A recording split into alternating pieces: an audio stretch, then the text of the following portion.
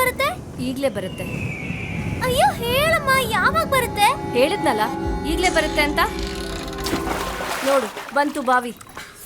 ಅಯ್ಯೋ ಬಾವಿ ಅಲ್ಲ ಅಮ್ಮ, ನಮ್ಮ ಮನೆ ನಲ್ಲಿಲಿ ನೀರ್ ಯಾವಾಗ ಬರುತ್ತೆ ಅಂತ ಕೇಳ್ತಾ ಇದ್ದೀನಿ.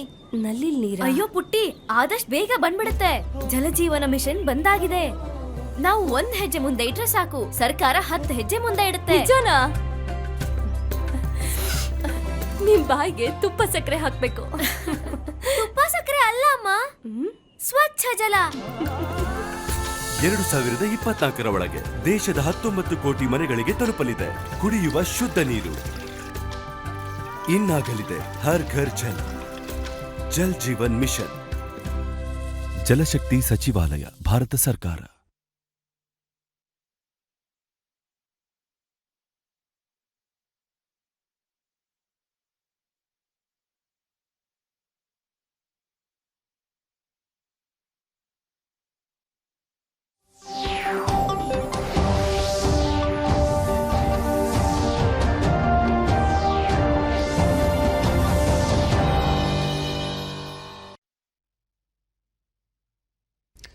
ನಮಸ್ಕಾರ. ಮುಖ್ಯಾಂಶಗಳು. ನೆರೆಬಾಧಿತ ಪ್ರದೇಶಗಳಲ್ಲಿ ಮೂಲಸೌಕರ್ಯ ಕಲ್ಪಿಸಲು ಅಧಿಕಾರಿಗಳಿಗೆ ಮುಖ್ಯಮಂತ್ರಿ ಬಸವರಾಜ ಬೊಮ್ಮಾಯಿ ಸೂಚನೆ. ಮನೆಗಳ ಪುನರ್ನಿರ್ಮಾಣಕ್ಕೆ ನೆರವು. ನೂತನ ಶಿಕ್ಷಣ ನೀತಿಗೆ 1 ವರ್ಷ. ಪ್ರಧಾನಿ ನರೇಂದ್ರ ಮೋದಿ ಅವರಿಂದ ವಿದ್ಯಾ ಪ್ರವೇಶ ಸೇರಿ ಹಲವು ವಿನೂತನ ಉಪಕ್ರಮಗಳಿಗೆ ಚಾಲನೆ. ಅನಗತ್ಯವಾಗಿ ಕಲಾಪದಲ್ಲಿ ಗದ್ದಲದ ವಾತಾವರಣ ಸೃಷ್ಟಿಸುವುದು ಸಲ್ಲ. ಎಲ್ಲಾ ವಿಷಯಗಳ ಚರ್ಚೆಗೆ ಸರ್ಕಾರ ಸಿದ್ಧ. ಸಚಿವ ಪ್ರಹ್ಲಾದ್ ಜೋಶಿ. ಹಾಗೂ ರಾಜ್ಯದಲ್ಲಿಂದು 2052 ಮಂದಿಗೆ ಕೋವಿಡ್ ಸೋಂಕು ದೃಢ. 1332 ಮಂದಿ ಗುಣಮುಖ. ವಾರ್ತೆಗಳ ವಿವರ. ಮುಖ್ಯಮಂತ್ರಿ ಬಸವರಾಜ ಬೊಮ್ಮಾಯಿ ಅವರಿಂದು ಉತ್ತರ ಕನ್ನಡ ಜಿಲ್ಲೆಯ ಯಲ್ಲಾಪುರ ತಾಲೂಕಿನ ವಿವಿಧ ಪ್ರದೇಶಗಳಿಗೆ ಭೇಟಿ ನೀಡಿ ಪ್ರವಾಹ ಪರಿಸ್ಥಿತಿ ಕುರಿತು ಪರಿಶೀಲನೆ ನಡೆಸಿದರು. ಈ ಸಂದರ್ಭದಲ್ಲಿ ಸ್ಥಳೀಯರಿಂದ ಅಹವಾಲು ಸ್ವೀಕರಿಸಿದ ಅವರು ಸೂಕ್ತ ಕ್ರಮ ಕೈಗೊಳ್ಳುವುದಾಗಿ ತಿಳಿಸಿದರು. ಬಳಿಕ ನೆರೆಬಾಧಿತ ಪ್ರದೇಶಗಳ ಬಗ್ಗೆ ಜನಪ್ರತಿನಿಧಿಗಳಿಂದ ಹಾಗೂ ಹಿರಿಯ ಅಧಿಕಾರಿಗಳಿಂದ ಮಾಹಿತಿ ಪಡೆದರು ಅಂತ ಸೂಚಿಸಿದರು. ಯಲ್ಲಾಪುರ ತಾಲೂಕಿನಲ್ಲಿ ಆರಂಭಿಸಲಾಗಿರುವ ಕಾಳಜಿ ಕೇಂದ್ರಕ್ಕೂ ಭೇಟಿ ನೀಡಿದ ಮುಖ್ಯಮಂತ್ರಿ ಅಲ್ಲಿನ ವ್ಯವಸ್ಥೆಯನ್ನು ಪರಿಶೀಲಿಸಿ ಅಧಿಕಾರಿಗಳು ಹಾಗೂ ಸಂತ್ರಸ್ತರಿಂದ ಮಾಹಿತಿ ಪಡೆದುಕೊಂಡರು.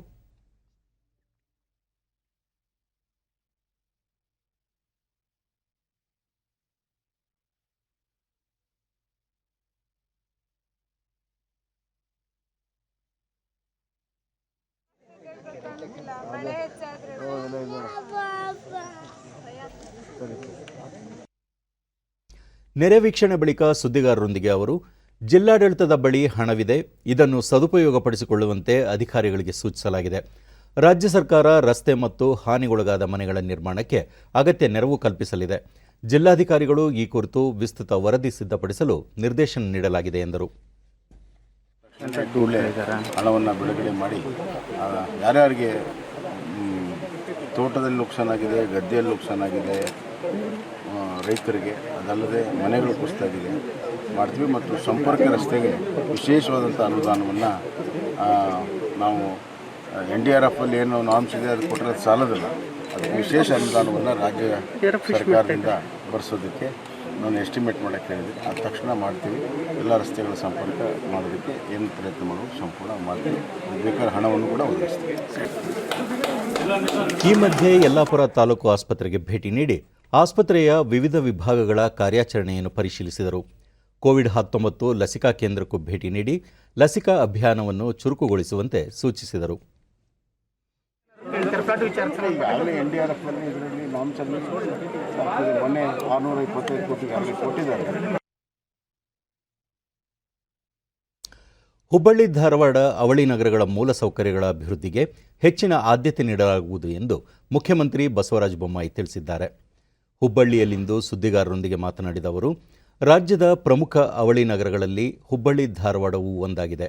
ಈ ನಗರಗಳ ಮೂಲಸೌಕರ್ಯ ಅಭಿವೃದ್ಧಿಗೆ ಒತ್ತು ನೀಡಲು ನಿರ್ಧರಿಸಲಾಗಿದ್ದು, ಸ್ಥಳೀಯ ಜನಪ್ರತಿನಿಧಿಗಳೊಂದಿಗೆ ಚರ್ಚಿಸಿ ಸೂಕ್ತ ಕ್ರಮ ಕೈಗೊಳ್ಳಲಾಗುವುದು ಎಂದರು. ಬೆಂಗಳೂರು ಬಿಟ್ಟರೆ 2ನೇ ದೊಡ್ಡ ಮಹಾನಗರ ಇರೋದರಿಂದ ಅದಕ್ಕೆ ಏನೆಲ್ಲ ಪ್ರಾಶಸ್ತ್ಯ ಕೊಡೋಕ್ಕೆ ಸಾಧ್ಯ ಇದೆ ಅದನ್ನು ನಾನು ಕೊಡೋಕ್ಕೆ ಸಿದ್ಧನಿದ್ದೀನಿ. ಇಲ್ಲಿಯ ಕೇಂದ್ರ ಸಚಿವರಾದಂಥ ಪ್ರಹ್ಲಾದ್ ಜೋಶಿಯವರಿದ್ದಾರೆ, ನಮ್ಮ ನಾಯಕರಾದಂಥ ಜಗದೀಶ್ ಶೆಟ್ಟರ್ ಇದ್ದಾರೆ, ಶಾಸಕ ಮಿತ್ರರೆಲ್ಲ ಇದ್ದಾರೆ ಮತ್ತು ಪಕ್ಷ ಭಾಳ ಬಲಿಷ್ಠವಾಗಿ ಇಲ್ಲಿದೆ. ಪಕ್ಷ ಮತ್ತು ಪರಿವಾರದ ಹಿರಿಯರ ಜೊತೆಗೆ ಚರ್ಚೆ ಮಾಡಿ ಸಮಸ್ತ ಅಭಿವೃದ್ಧಿಗೆ ಅವರೆಲ್ಲ ಏನು ಸಲಹೆ ಸೂಚನೆ ಕೊಡ್ತಾರೆ ಅದನ್ನು ಅನುಷ್ಠಾನ ಮಾಡಲು ಎಲ್ಲ ರೀತಿಯ ಪ್ರಾಮಾಣಿಕ ಪ್ರಯತ್ನವನ್ನು ಬ್ರಿಜೇಶ್ ಕುಮಾರ್ ಮಿಶ್ರಾ ಟ್ರಿಬ್ಯುನಲ್ ಕೊಟ್ಟ ಮೇಲೆ ಆಲಮಟ್ಟಿ ಜಲಾಶಯದ ಎತ್ತರ ಹೆಚ್ಚಳಕ್ಕೆ ಸರ್ಕಾರ ಅಗತ್ಯ ಕ್ರಮ ಕೈಗೊಳ್ಳಲು ಸಿದ್ಧವಿದೆ. ಸುಪ್ರೀಂ ಕೋರ್ಟ್ನ ತೀರ್ಪು ಒಂದೆರಡು ತಿಂಗಳಲ್ಲಿ ಬರುವ ನಿರೀಕ್ಷೆ ಇದ್ದು, ತೀರ್ಪು ಬಂದ ನಂತರ ಜಲಾಶಯದ ಮಟ್ಟವನ್ನು ಹೆಚ್ಚಿಸಲು ಕ್ರಮ ಕೈಗೊಳ್ಳಲಾಗುವುದು. ಇದರಿಂದ 12,50,000 ಚದರ ಪ್ರದೇಶಕ್ಕೆ ನೀರಾವರಿ ಸೌಲಭ್ಯ ಲಭ್ಯವಾಗಲಿದೆ ಎಂದರು. ಗೆಜೆಟ್ ನೋಟಿಫಿಕೇಶನ್ ಆದ ತಕ್ಷಣವೇ R&R ಕೆಲಸವನ್ನು ಪ್ರಾರಂಭ ಮಾಡ್ತೀವಿ ಮತ್ತು ಹೈಟನ್ನು 524ಗೆ ಏನು ಏರಿಸಬೇಕು. ಆ ಕೆಲಸಕ್ಕೆ R&R ಬಹಳ ಮುಖ್ಯ. ಈಗಿನ ಕಾನೂನಲ್ಲಿ R&R ಕಾರ್ಯಕ್ರಮ ಮಾಡಿ ಅದನ್ನು ಎತ್ತರವನ್ನು ಹೆಚ್ಚಿಸೋದಕ್ಕೆ ಏನು ಕ್ರಮ ತೆಗೆದುಕೊಳ್ತೀನಿ. ನನಗೆ ಅದು ಸಂಪೂರ್ಣವಾದಂಥ ಮಾಹಿತಿ ಇದೆ, ಬಟ್ ಏನು ಮಾಡಬೇಕನ್ನುವಂಥದ್ದು ಭಾಳ ಸ್ಪಷ್ಟತೆ ಇದೆ. ನಾನು ಇದೇ ಸಂದರ್ಭದಲ್ಲಿ ಪ್ರಶ್ನೆಯೊಂದಕ್ಕೆ ಉತ್ತರಿಸಿದ ಮುಖ್ಯಮಂತ್ರಿ, ನಾಳೆ ದೆಹಲಿಗೆ ತೆರಳಿ ಪ್ರಧಾನಿ ನರೇಂದ್ರ ಮೋದಿ, ಗೃಹ ಸಚಿವ ಅಮಿತ್ ಶಾ, ರಕ್ಷಣಾ ಸಚಿವ ರಾಜನಾಥ್ ಸಿಂಗ್, ಪಕ್ಷದ ರಾಷ್ಟ್ರೀಯ ಅಧ್ಯಕ್ಷ JP ನಡ್ಡಾ ಅವರನ್ನು ಭೇಟಿಯಾಗಿ ಸಚಿವ ಸಂಪುಟ ವಿಸ್ತರಣೆ ಕುರಿತು ಸಮಾಲೋಚನೆ ನಡೆಸಲಾಗುವುದು ಎಂದು ತಿಳಿಸಿದರು. ಶುಭವನ್ನು ಕೋರಿ ಆಶೀರ್ವಾದ ಪಡ್ಕೊಳ್ಳುವಂಥ ಒಂದು ಬೇಕು. ರಾಷ್ಟ್ರೀಯ ಶಿಕ್ಷಣ ನೀತಿ 2020 ಜಾರಿಯ ಮೊದಲ ವಾರ್ಷಿಕೋತ್ಸವದ ಅಂಗವಾಗಿ ಪ್ರಧಾನಿ ನರೇಂದ್ರ ಮೋದಿ ಅವರು ಇಂದು ಶಿಕ್ಷಣ ಕ್ಷೇತ್ರಕ್ಕೆ ಸಂಬಂಧಿಸಿದ ಹಲವು ವಿನೂತನ ಉಪಕ್ರಮ ಯೋಜನೆಗಳಿಗೆ ಚಾಲನೆ ನೀಡಿದರು. ಗ್ರೇಡ್ 1ರ ವಿದ್ಯಾರ್ಥಿಗಳಿಗಾಗಿ ಮಾದರಿ ವಿದ್ಯಾಪ್ರವೇಶ ಕಾರ್ಯಕ್ರಮ, ಮಾಧ್ಯಮಿಕ ಹಂತದಲ್ಲಿ ಭಾರತೀಯ ಸಂಕೇತ ಭಾಷೆಯನ್ನು ಒಂದು ವಿಷಯವನ್ನಾಗಿ ಆಯ್ಕೆ ಮಾಡಿಕೊಳ್ಳುವ ಸೌಲಭ್ಯ ಸೇರಿದಂತೆ NCERT ವಿನ್ಯಾಸಗೊಳಿಸಿರುವ ನಿಷ್ಠಾ 2.0 ಶಿಕ್ಷಕರ ಏಕೀಕೃತ ತರಬೇತಿ ಕಾರ್ಯಕ್ರಮಗಳಿಗೆ ಚಾಲನೆ ನೀಡಿದರು. ಶಿಕ್ಷಣಕ್ಕಾಗಿ ಸಾಲ ಸೌಲಭ್ಯ ಒದಗಿಸುವ ಅಕಾಡೆಮಿಕ್ ಬ್ಯಾಂಕ್ ಆಫ್ ಕ್ರೆಡಿಟ್, ರಾಷ್ಟ್ರೀಯ ಡಿಜಿಟಲ್ ಶಿಕ್ಷಣ ವ್ಯವಸ್ಥೆ, ರಾಷ್ಟ್ರೀಯ ತಾಂತ್ರಿಕ ಶಿಕ್ಷಣ ಫೋರಂಗಳನ್ನು ಉದ್ಘಾಟಿಸಿ ಕೃತಕ ಬುದ್ಧಿಮತ್ತೆಗೆ ಮೀಸಲಾದ ವೆಬ್ಸೈಟ್ಗೆ ಚಾಲನೆ ನೀಡಿದರು.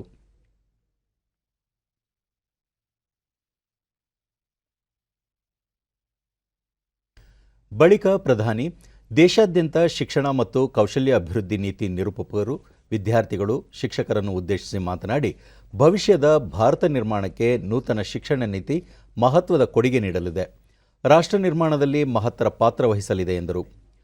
ನೂತನ ಶಿಕ್ಷಣ ನೀತಿಯನ್ನು ಆಧಾರವಾಗಿಟ್ಟುಕೊಂಡು ಹಲವು ಉಪಕ್ರಮಗಳನ್ನು ಆರಂಭಿಸಲಾಗಿದೆ. ಇದರಿಂದ ವಿದ್ಯಾರ್ಥಿಗಳು ಆಧುನಿಕ ಭವಿಷ್ಯಕ್ಕೆ ಸನ್ನದ್ಧರಾಗಲು ಸಹಕಾರಿಯಾಗಲಿದೆ. ನಮ್ಮ ಯುವಕರು ಬದಲಾವಣೆಗೆ ಸಂಪೂರ್ಣ ಸಿದ್ಧರಾಗಿದ್ದು, ಅವರನ್ನು ನವಭಾರತ ನಿರ್ಮಾಣ ಮಾರ್ಗದೆಡೆಗೆ ಕೊಂಡೊಯ್ಯಲು ನೂತನ ಶಿಕ್ಷಣ ನೀತಿ ಸಹಕಾರಿಯಾಗಲಿದೆ ಎಂದರು. बहुत सारी नई योजनाएं, नए इनिशिएटिव्स इसकी शुरुआत करने का सौभाग्य मिला है. साथियों, ये महत्वपूर्ण अवसर ऐसे समय में आया है जब देश आजादी के 75 साल का अमृत महोत्सव मना रहा है. लेकिन ये कितना बड़ा मिशन है, इस एहसास को हमें बार बार याद करना ही है. साथियों, देश भर से हमारे कई युवा स्टूडेंट्स भी इस कार्यक्रम में हमारे साथ. ಕೊರೋನಾ ಸಮಯದಲ್ಲಿ ವಿದ್ಯಾರ್ಥಿಗಳ ಕಲಿಕೆಯ ಪದ್ಧತಿಯೇ ಬದಲಾಯಿತು. ಆನ್ಲೈನ್ ಶಿಕ್ಷಣ ಇಂದು ಸಹಜ ಪ್ರಕ್ರಿಯೆಯಾಗಿದೆ. ಇಂದು ಕುಗ್ರಾಮದಲ್ಲಿಯೂ ಯುವಕರು ವಿವಿಧ ಕ್ಷೇತ್ರಗಳಲ್ಲಿ ಸಾಧನೆ ಮಾಡುತ್ತಿದ್ದಾರೆ. ಒಲಿಂಪಿಕ್ಸ್ನಲ್ಲೂ ಸಾಮರ್ಥ್ಯ ತೋರುತ್ತಿದ್ದಾರೆ. ಡಿಜಿಟಲ್ ಭಾರತಕ್ಕೆ ಹೊಸ ದಿಕ್ಕು ನೀಡುತ್ತಿದ್ದಾರೆ. ನೂತನ ಶಿಕ್ಷಣ ನೀತಿ ಈ ಎಲ್ಲ ಕಾರ್ಯಗಳಿಗೂ ಪೂರಕವಾಗಿದೆ ಎಂದು ತಿಳಿಸಿದರು. ಹೊಸ ಶಿಕ್ಷಣ ನೀತಿಯು ವಿದ್ಯಾರ್ಥಿಗಳಿಗೆ ಒತ್ತಡ ಮುಕ್ತವಾಗಿದೆ. ಬಹುಪ್ರವೇಶ ವ್ಯವಸ್ಥೆ ಕಲ್ಪಿಸಲಾಗಿದ್ದು, ಒಂದೇ ಕೋರ್ಸನ್ನು ಅಧ್ಯಯನ ಮಾಡುವ ನಿಯಮವಿಲ್ಲ. ಯಾವಾಗ ಬೇಕಿದ್ದರೂ ಕೋರ್ಸ್ಗೆ ಸೇರುವ ಅಥವಾ ಕೈಬಿಡುವ ಅವಕಾಶ ಕಲ್ಪಿಸಲಾಗಿದೆ. ಇದೊಂದು ಕ್ರಾಂತಿಕಾರಕ ಬದಲಾವಣೆಗೆ ಮುನ್ನುಡಿ ಬರೆಯಲಿದೆ ಎಂದರು. इतनी बड़ी चुनौती आई, स्टूडेंट्स की पढ़ाई का जीवन का ढंग बदल गया, लेकिन देश के विद्यार्थियों ने तेजी से इस बदलाव को एडप्ट किया.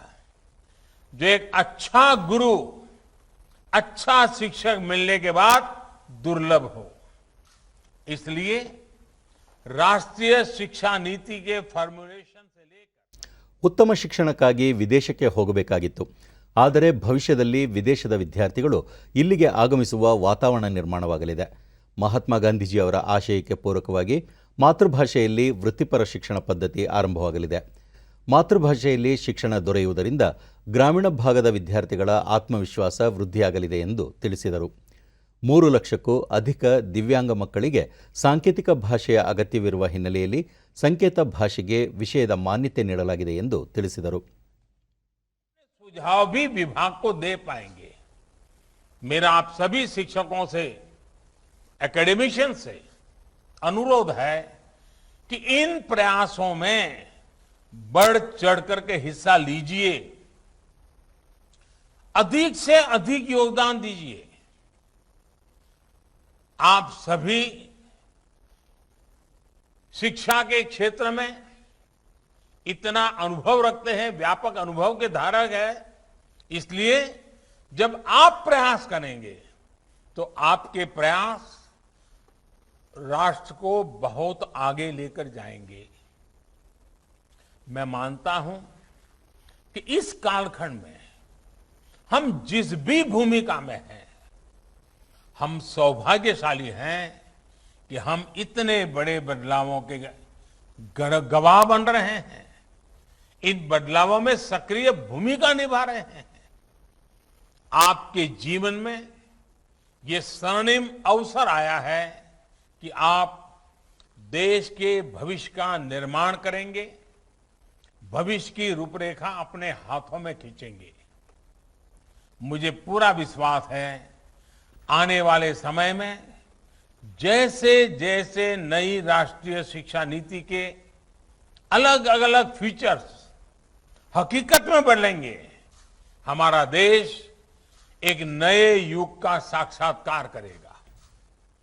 जैसे जैसे हम अपनी युवा पीढ़ी को एक आधुनिक और राष्ट्रीय शिक्षा व्यवस्था से जोड़ते जाएंगे, देश आजादी के अमृत संकल्पों को हासिल करता जाएगा. ವೈದ್ಯಕೀಯ ಹಾಗೂ ದಂತವೈದ್ಯಕೀಯ ವರ್ಗ ಹಾಗೂ ಆರ್ಥಿಕವಾಗಿ ದುರ್ಬಲ ವರ್ಗದ ವಿದ್ಯಾರ್ಥಿಗಳಿಗೆ ಕೇಂದ್ರ ಸರ್ಕಾರ ವಿಶೇಷ ಮೀಸಲಾತಿ ಘೋಷಿಸಿದೆ.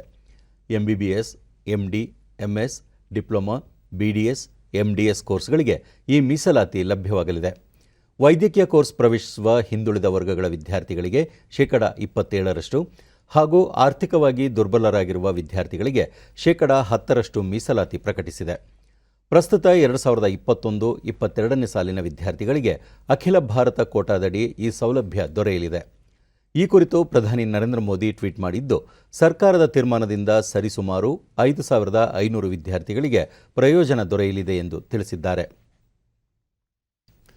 ಲೋಕಸಭೆಯ ಇಂದಿನ ಕಲಾಪ ಆರಂಭವಾಗುತ್ತಿದ್ದಂತೆ ಸ್ಪೀಕರ್ ಓಂ ಬಿರ್ಲಾ ಕಲಾಪ ಸುಗಮವಾಗಿ ನಡೆಸಲು ಸಹಕಾರ ನೀಡುವಂತೆ ವಿಪಕ್ಷಗಳಿಗೆ ಮನವಿ ಮಾಡಿದರು.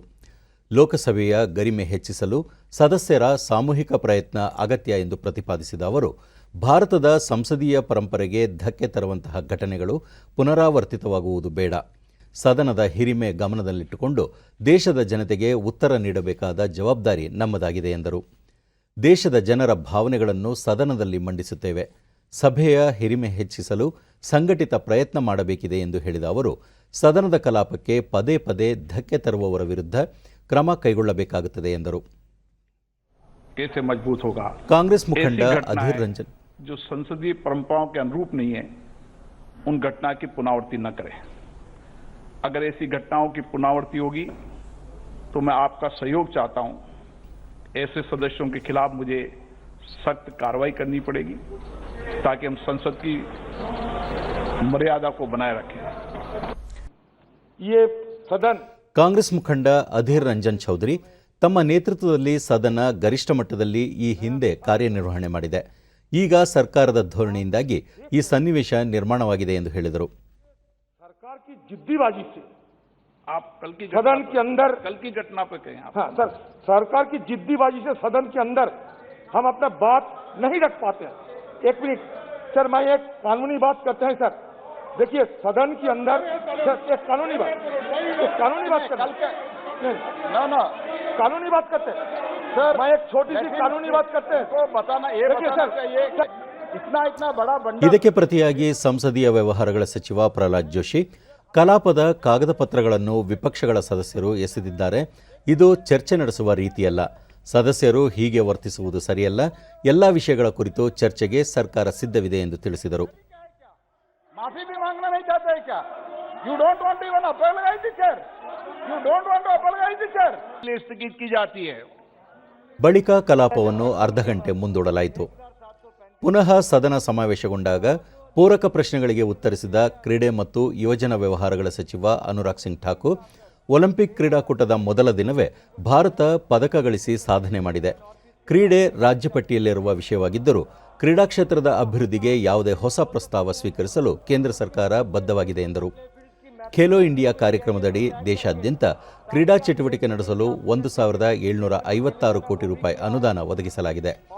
ಕ್ರೀಡಾ ಕ್ಷೇತ್ರಕ್ಕೆ ಮೂಲಸೌಕರ್ಯ ಒದಗಿಸಲು 272 ಯೋಜನೆಗಳು ನಿರ್ಮಾಣ ಹಂತದಲ್ಲಿವೆ ಎಂದು ತಿಳಿಸಿದರು.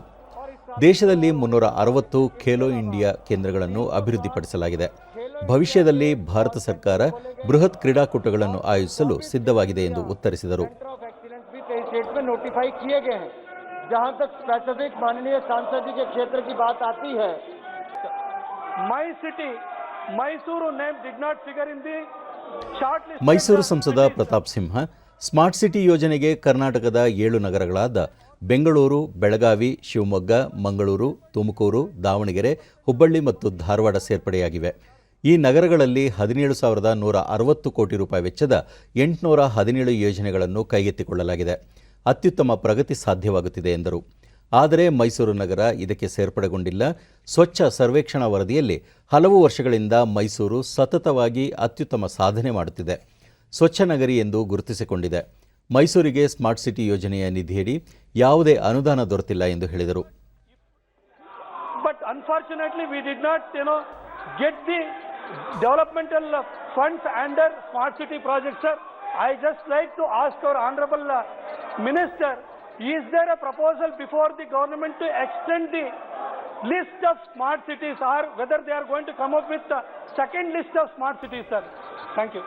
Sir, as I stated, ಇದಕ್ಕೆ ಪ್ರತಿಕ್ರಿಯಿಸಿದ ವಸತಿ ಮತ್ತು ನಗರಾಭಿವೃದ್ಧಿ ಸಚಿವ ಹರ್ದೀಪ್ ಸಿಂಗ್ ಪುರಿ, 2015ರ ಜೂನ್ನಲ್ಲಿ ಸ್ಮಾರ್ಟ್ ಸಿಟಿ ಯೋಜನೆ ಪ್ರಕಟಿಸಲಾಗಿದ್ದು, ಇದೊಂದು ವಿಶಿಷ್ಟ ಯೋಜನೆಯಾಗಿದೆ.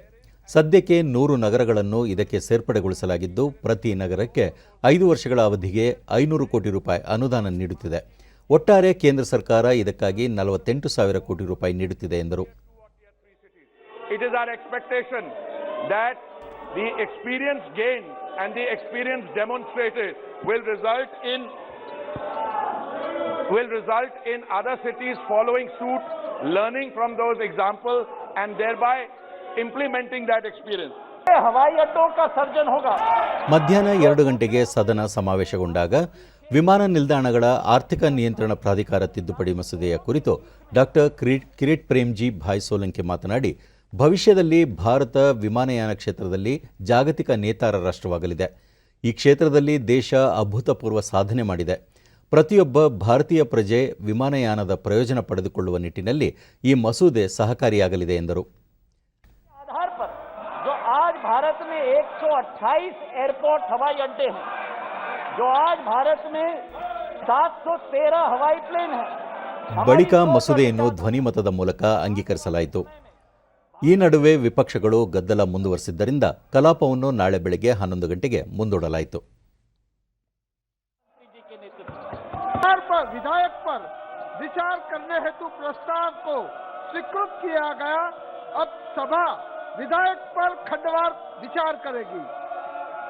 की कार्यवाही शुक्रवार दिनांक 30 जुलाई 2021 को प्रातः 11 बजे तक के लिए स्थगित की जाती है. ರಾಜ್ಯಸಭೆಯ ಇಂದಿನ ಕಲಾಪ ಆರಂಭಗೊಂಡಾಗ ಸಂಸದೀಯ ಸ್ಥಾಯಿ ಸಮಿತಿಗಳ ವಿವಿಧ ವರದಿಗಳನ್ನು ಕಲಾಪದಲ್ಲಿ ಮಂಡಿಸಲಾಯಿತು. ಈ ನಡುವೆ ವಿಪಕ್ಷಗಳ ಸದಸ್ಯರು ಕೃಷಿ ಸಂಬಂಧಿತ ವಿಷಯ ಹಾಗೂ ಪೆಗಾಸಸ್ ಪ್ರಕರಣಗಳನ್ನು ಮುಂದಿಟ್ಟುಕೊಂಡು ಗದ್ದಲ ಆರಂಭಿಸಿದರು.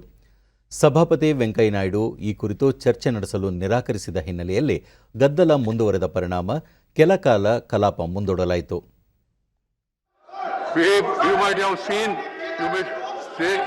You go to your place. You go to your. You don't force the house. You might have seen the observation made by the Honorable Supreme Court also. I don't want to discuss on that. This is what is happening. So the house is adjourned to meet at 12 noon.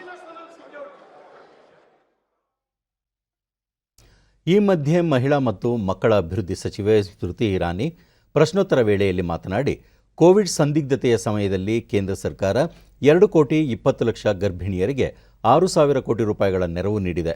ನೇರವಾಗಿ ಅವರ ಖಾತೆಗಳಿಗೆ ಹಣ ಜಮೆ ಮಾಡಲಾಗಿದೆ ಎಂದು ತಿಳಿಸಿದರು.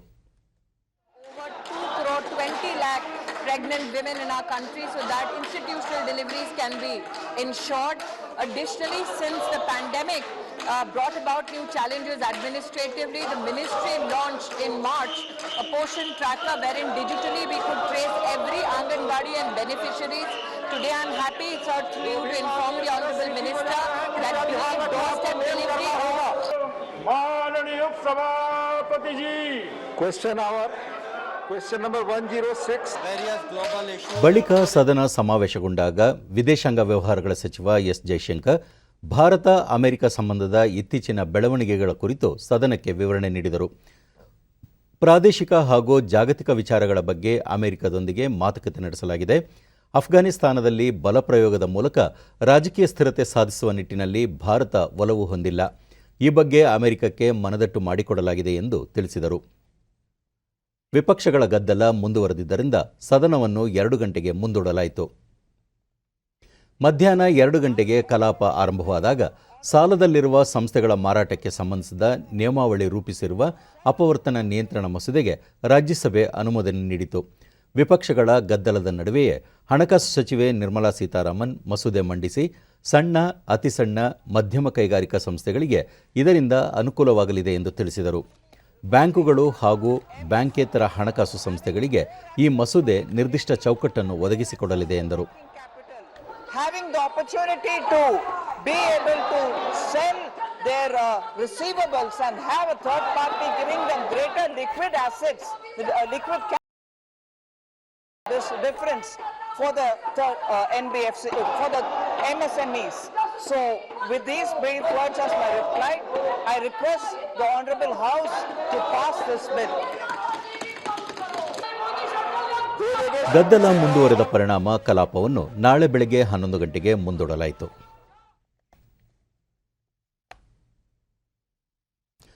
ಪ್ರಸ್ತುತ ದೇಶದಲ್ಲಿ 34 ಮೆಟ್ರೋ ರೈಲು ಯೋಜನೆಗಳು ಪ್ರಗತಿಯಲ್ಲಿವೆ ಎಂದು ಕೇಂದ್ರ ವಸತಿ ಮತ್ತು ನಗರ ವ್ಯವಹಾರಗಳ ರಾಜ್ಯ ಸಚಿವ ಕೌಶಾಲ್ ಕಿಶೋರ್ ತಿಳಿಸಿದ್ದಾರೆ. ಲೋಕಸಭೆಗೆ ಈ ಕುರಿತು ಲಿಖಿತ ಉತ್ತರ ನೀಡಿದ್ದು, ದೆಹಲಿ ಮೆಟ್ರೋ ರೈಲ್ವೆ ಯೋಜನೆಯ 3, 4ನೇ ಹಂತ ಹಾಗೂ ವಿಸ್ತರಣೆ ಯೋಜನೆಗಳು ಸೇರಿದಂತೆ ದೇಶಾದ್ಯಂತ ಹಲವು ಮೆಟ್ರೋ ಕಾಮಗಾರಿಗಳು ಪ್ರಗತಿ ಹಂತದಲ್ಲಿವೆ ಎಂದು ತಿಳಿಸಿದ್ದಾರೆ. ಇನ್ನೂ 16 ಮೆಟ್ರೋ ರೈಲು ಯೋಜನೆಗಳಿಗೆ ಅನುಮತಿ ದೊರೆಯುವ ಹಂತಕ್ಕೆ ತಲುಪಿವೆ. ನಗರ ಸಾರಿಗೆ ವ್ಯವಸ್ಥೆಗೆ ಹಾಗೂ ನಗರಾಭಿವೃದ್ಧಿಗೆ ಮೆಟ್ರೋ ರೈಲುಗಳು ಮಹತ್ವದ ಕೊಡುಗೆ ನೀಡುತ್ತಿವೆ. ಆಯಾ ರಾಜ್ಯ ಸರ್ಕಾರಗಳು ಈ ಯೋಜನೆಗಳ ಅನುಷ್ಠಾನ, ಅಭಿವೃದ್ಧಿ, ಸಂಪನ್ಮೂಲ ಸಂಗ್ರಹಣೆಗೆ ಸಹಕಾರಿಯಾಗಲಿವೆ ಎಂದು ತಿಳಿಸಿದ್ದಾರೆ. ಕೇಂದ್ರ ಪರಿಸರ ಸಚಿವ ಭೂಪೇಂದರ್ ಯಾದವ್ ಅವರಿಂದು ದೇಶದಲ್ಲಿರುವ 15 ಹುಲಿ ಮೀಸಲು ಪ್ರದೇಶಗಳ ಸಂರಕ್ಷಣೆಗೆ ಸಂಘಟಿತ ಪ್ರಯತ್ನ ಅಗತ್ಯ ಎಂದು ಹೇಳಿದ್ದಾರೆ.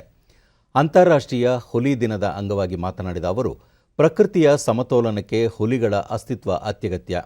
ನಾವು ಪ್ರಕೃತಿಯ ಮಾಲೀಕರಲ್ಲ, ಸಂರಕ್ಷಕರು ಎಂದರು. ಹುಲಿ ಸಂರಕ್ಷಣೆ ಕೇವಲ ಸರ್ಕಾರದ ಕಾರ್ಯವಲ್ಲ, ಜನರ ಭಾಗಿತ್ವ ಅತ್ಯವಶ್ಯ. ಈ ನಿಟ್ಟಿನಲ್ಲಿ ಪ್ರತಿಯೊಬ್ಬರೂ ಸಂವೇದನಶೀಲರಾಗಿ ಕಾರ್ಯನಿರ್ವಹಿಸಬೇಕಿದೆ ಎಂದು ತಿಳಿಸಿದರು. यादव जी बता रहे थे कि ये 14 के बाद अभी 3 और को करने का हमारा प्रयास है. मेरा तो मानना है कि हमारे भारत के सारे 51 के 51 जो हमारे टाइगर रिजर्व हैं वो स्थायी रूप से सुरक्षित रहें, उसके लिए हम सब मिलकर के काम करेंगे. ರಾಜ್ಯದಲ್ಲಿ ಹೊಸದಾಗಿ 2052 ಕೋವಿಡ್ ಪ್ರಕರಣಗಳು ದೃಢಪಟ್ಟಿದ್ದು, ಇದರೊಂದಿಗೆ ಒಟ್ಟು ಸೋಂಕು ಪ್ರಕರಣಗಳ ಸಂಖ್ಯೆ 29,01,247ಕ್ಕೆ ಏರಿಕೆಯಾಗಿದೆ. 1,332 ಮಂದಿ ಆಸ್ಪತ್ರೆಯಿಂದ ಬಿಡುಗಡೆಯಾಗಿದ್ದು, ಇದುವರೆಗೂ ಗುಣಮುಖರಾದವರ ಒಟ್ಟು ಸಂಖ್ಯೆ 28,41,479ಕ್ಕೆ ತಲುಪಿದೆ. ಇಂದು 35 ಮಂದಿ ಸಾವನ್ನಪ್ಪಿದ್ದು, ಮೃತಪಟ್ಟವರ ಸಂಖ್ಯೆ 36,491ಕ್ಕೆ ಏರಿಕೆಯಾಗಿದೆ. ಸದ್ಯ ರಾಜ್ಯದಲ್ಲಿ 23,253 ಸಕ್ರಿಯ ಪ್ರಕರಣಗಳಿವೆ ಎಂದು ಆರೋಗ್ಯ ಮತ್ತು ಕುಟುಂಬ ಕಲ್ಯಾಣ ಇಲಾಖೆ ತಿಳಿಸಿದೆ. ಬೆಂಗಳೂರಿನಲ್ಲಿ 506 ಮಂದಿಗೆ ಸೋಂಕು ತಗುಲಿದ್ದು, ಒಟ್ಟು ಸೋಂಕು ಪ್ರಕರಣಗಳ ಸಂಖ್ಯೆ 12,26,463ಕ್ಕೆ ಏರಿಕೆಯಾಗಿದೆ. 257 ಮಂದಿ ಆಸ್ಪತ್ರೆಯಿಂದ ಬಿಡುಗಡೆಯಾಗಿದ್ದು, ಇದುವರೆಗೂ ಒಟ್ಟು 12,02,194 ಮಂದಿ ಗುಣಮುಖರಾಗಿದ್ದಾರೆ. ಸದ್ಯ 8,416 ಸಕ್ರಿಯ ಪ್ರಕರಣಗಳಿವೆ. ಬೆಂಗಳೂರಿನಲ್ಲಿ 9 ಮಂದಿ ಮೃತಪಟ್ಟಿದ್ದು, ಇದುವರೆಗೂ ಒಟ್ಟು 15,852 ಮಂದಿ ಸಾವನ್ನಪ್ಪಿದ್ದಾರೆ. ಉಳಿದಂತೆ ರಾಜ್ಯದ ವಿವಿಧ ಜಿಲ್ಲೆಗಳಲ್ಲಿ ದಾಖಲಾಗಿರುವ ಸೋಂಕು ಪ್ರಕರಣಗಳ ಸಂಖ್ಯೆ ಈ ರೀತಿ ಇದೆ.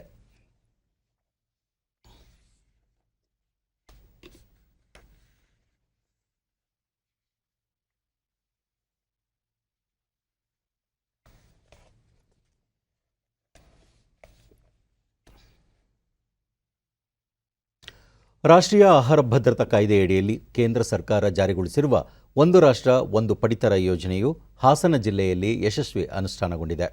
ಬಡವರು ಮತ್ತು ವಲಸೆ ಕಾರ್ಮಿಕರ ಹಿತಕ್ಕಾಗಿ ಜಾರಿಗೊಂಡಿರುವ ಈ ಯೋಜನೆಯು ದಿನಗೂಲಿ ನೌಕರರು ಸೇರಿದಂತೆ ಬೀದಿ ಬದಿ ವ್ಯಾಪಾರಿಗಳು, ಅರೆಕಾಲಿಕ ನೌಕರರು ಹಾಗೂ ಅಸಂಘಟಿತ ವಲಯ ಕಾರ್ಮಿಕರಿಗೆ ನೆರವಾಗಿದೆ. ಜಿಲ್ಲೆಯ ಆಲೂರು, ಸಕಲೇಶಪುರ ಮತ್ತು ಚನ್ನರಾಯಪಟ್ಟಣ ತಾಲೂಕುಗಳ ವ್ಯಾಪ್ತಿಯಲ್ಲಿರುವ ಹೊರ ರಾಜ್ಯಗಳ ವಲಸೆ ಕಾರ್ಮಿಕರಿಗೆ ಈ ಯೋಜನೆಯಿಂದ ಅನುಕೂಲವಾಗಿದೆ.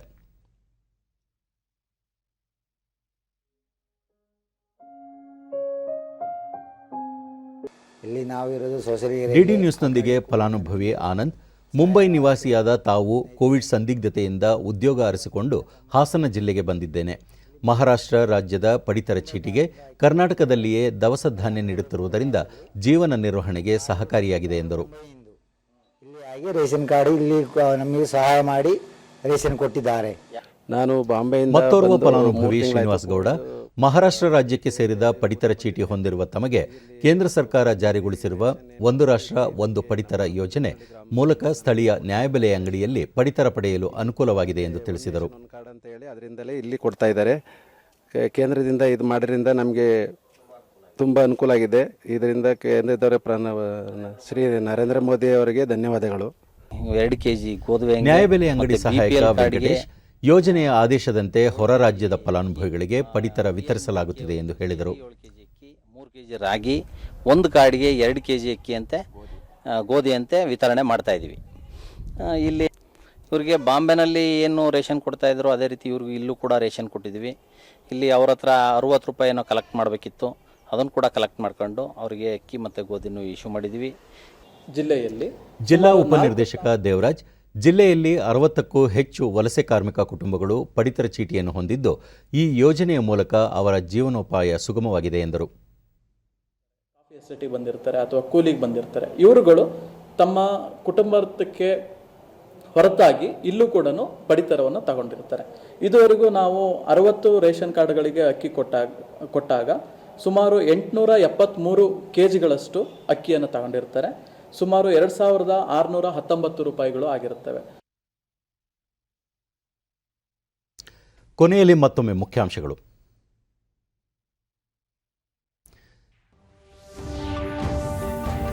ನೆರೆಬಾಧಿತ ಪ್ರದೇಶಗಳಲ್ಲಿ ಮೂಲಸೌಕರ್ಯ ಕಲ್ಪಿಸಲು ಅಧಿಕಾರಿಗಳಿಗೆ ಮುಖ್ಯಮಂತ್ರಿ ಬಸವರಾಜ ಬೊಮ್ಮಾಯಿ ಸೂಚನೆ.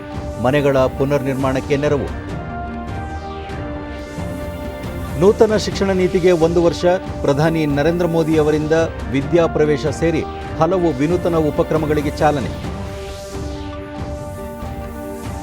ಅನಗತ್ಯವಾಗಿ ಕಲಾಪದಲ್ಲಿ ಗದ್ದಲದ ವಾತಾವರಣ ಸೃಷ್ಟಿಸುವುದು ಸಲ್ಲ, ಎಲ್ಲ ವಿಷಯಗಳ ಚರ್ಚೆಗೆ ಸರ್ಕಾರ ಸಿದ್ಧ, ಸಚಿವ ಪ್ರಹ್ಲಾದ್ ಜೋಶಿ.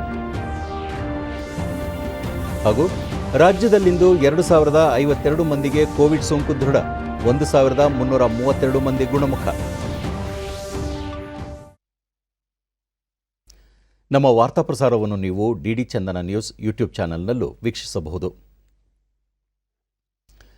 ವೀಕ್ಷಕರೇ, ಈಗ ನಾನು ಸ್ಟುಡಿಯೋದಿಂದ ತೆರಳುತ್ತಿರುವ ಕಾರಣ ಮಾಸ್ಕ್ ಧರಿಸುತ್ತಿದ್ದೇನೆ. ನೀವು ಸಹ ಮನೆಯಿಂದ ಹೊರಹೋಗುವ ಮುನ್ನ ಸರಿಯಾದ ಕ್ರಮದಲ್ಲಿ ತಪ್ಪದೆ ಮಾಸ್ಕ್ ಧರಿಸಿ. ವ್ಯಕ್ತಿಗತ ಅಂತರ ಕಾಪಾಡಿಕೊಳ್ಳುವುದರೊಂದಿಗೆ ನೀವು ಸುರಕ್ಷಿತವಾಗಿರಿ, ನಿಮ್ಮವರನ್ನು ಸುರಕ್ಷಿತವಾಗಿರಿಸಿ. ನೈರ್ಮಲ್ಯಕ್ಕೆ ಆದ್ಯತೆ ನೀಡುವುದರ ಜೊತೆಗೆ ಸೋಂಕು ತಡೆಗೆ ಕೋವಿಡ್-19 ಲಸಿಕೆ ಪಡೆಯುವುದು ಅಗತ್ಯ. ಇಲ್ಲಿಗೆ ಇಂದಿನ ವಾರ್ತಾ ಪ್ರಸಾರ ಮುಕ್ತಾಯವಾಯಿತು. ಸತ್ಯ, ಸಮರ್ಥ, ಸಂಪೂರ್ಣ ಸುದ್ದಿಗಾಗಿ ವೀಕ್ಷಿಸಿ ಚಂದನ ವಾರ್ತೆ. ನಮ್ಮ ಮುಂದಿನ ವಾರ್ತಾ ಪ್ರಸಾರ ನಾಳೆ ಬೆಳಿಗ್ಗೆ 11 ಗಂಟೆಗೆ. ನಮಸ್ಕಾರ.